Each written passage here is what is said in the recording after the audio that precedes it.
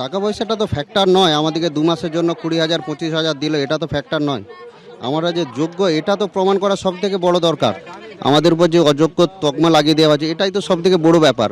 20,000 25,000 না হলে মানুষ চলে যাবে, মানুষ মরে যাবে কি চলে যাবে, কিন্তু এই যে যোগ্যর যেটা মেন, যেটা এখন আমাদেরকে যোগ্যতার সঙ্গে অযোগ্যের জড়িয়ে দেওয়া হচ্ছে, সেটা তো ঠিক নয়। আমাদের মেন যেটা দাবি আমরা রেখেছি, যেই জন্যই আমরা এই প্রস্তাবটাকে ঠুকরিয়েছি, সেটার মেন কারণ হচ্ছে আমাদের যোগ্যের লিস্ট দিতে হবে। না মানি না, মানি না। ভাতা দেওয়ার ব্যাপারে যেটা আমাদের সঙ্গে কথা হয়েছে, এখন যেহেতু সুপ্রিম কোর্টের আপাতত যে রিলিফ টিচাররা পেয়েছে, সেটা যেটা আমরা পাচ্ছি না, সেটার ক্ষেত্রে উনি একটা টাকা বলেছিলেন, কিন্তু আমাদের সত্যি বর্তমান যা পরিস্থিতি, অনেকের এমনই অবস্থা আছে যারা পরের মাসে কি চলবে সেরকম সম্ভব নয়। সেই জন্য আমাদের একটা গ্রুপ সির ক্ষেত্রে 30,000 আমরা বলেছিলাম, যেটা উনি মানেননি, যার ফলে আমরাও এটা মানিনি। আসছি পরের খবরে। চাকরিহারা শিক্ষাকর্মীদের জন্য এবার ভাতা দেওয়ার কথা ঘোষণা করল রাজ্য সরকার। মুখ্যমন্ত্রী মমতা বন্দ্যোপাধ্যায় আজ ঘোষণা করেন গ্রুপ সি এবং গ্রুপ ডি কর্মীদের ভাতা দেওয়া হবে। গ্রুপ সি কর্মীদের মাসে দেওয়া হবে 25,000 টাকা, গ্রুপ ডি কর্মীদের মাসে দেওয়া হবে 20,000 টাকা।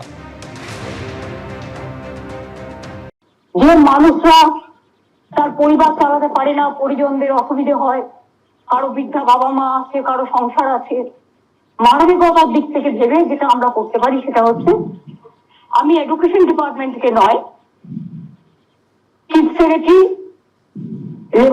লেবার মিনিস্টার এবং আমাদের যে আইনজীবী যারা আছেন, দেবাঞ্জন মন্ডল সহ, এদের সবার সাথে কথা বলে আমরা একটা ওয়ে আউট যেটা বের করেছি। আমরা ডানলপের যে শ্রমিকদের কলকারখানা বন্ধ দীর্ঘদিন ধরে, তাদের কিন্তু আমরা 10,000 টাকা করে এক্সট্রা দিই আজকে দীর্ঘদিন ধরে।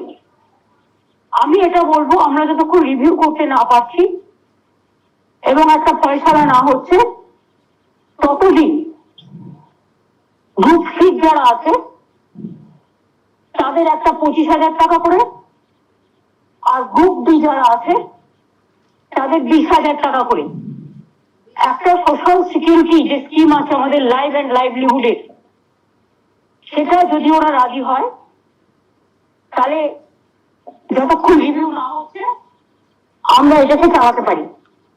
যদি ওরা ওপিনিয়ন দেয়, যদি ওরা সবাই এক থাকে, এর মধ্যে আমি কোনো ভাগাভাগি করছি না, এই কারণে যেহেতু কোর্টের কেস সাবজুডিস আছে, আমি কোর্টের ব্যাপারে কোনো কথা বলতে পারবো না, কারণ আমরা কোর্টের রায়টা মানবো।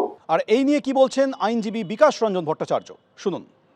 দেখুন, মমতা নিজে এই আদেশটা আদায় করেছেন সুপ্রিম কোর্টের কাছ থেকে, যে আদেশে বলা হয়েছে গ্রুপ সি গ্রুপ ডি এবং যারা সরাসরিভাবে মমতার দুর্নীতির সঙ্গে যুক্ত, তাদের চাকরি থাকছে না, তারা চাকরি করতে পারবেন না।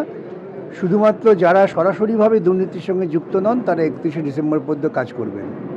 এই রিভিউ আইনগত গ্রাহ্যতার কোনো দিক আছে বলে আমি মনে করি না, তবে সরকারের পয়সায় যে কেউ রিভিউ ফাইল করতে পারে, যা আসে না। আর দ্বিতীয় কথা, যে তিনি যে কথা বলেছেন ভাতা দেবেন, তাহলে তো বুঝতে হয় যে তিনি হাইকোর্ট এবং সুপ্রিম কোর্টের রায়কে চ্যালেঞ্জ করছেন, এবং এটা কিন্তু একটা আদালত অবমাননার শামিল। আর যদি বলেন ভাতা আমি সরকারের পক্ষ থেকে দিচ্ছি, তাহলে যত জায়গায় যত কর্মী ছাঁটাই হচ্ছে সবাইকে ভাতা দিন, আমার কোনো আপত্তি নেই।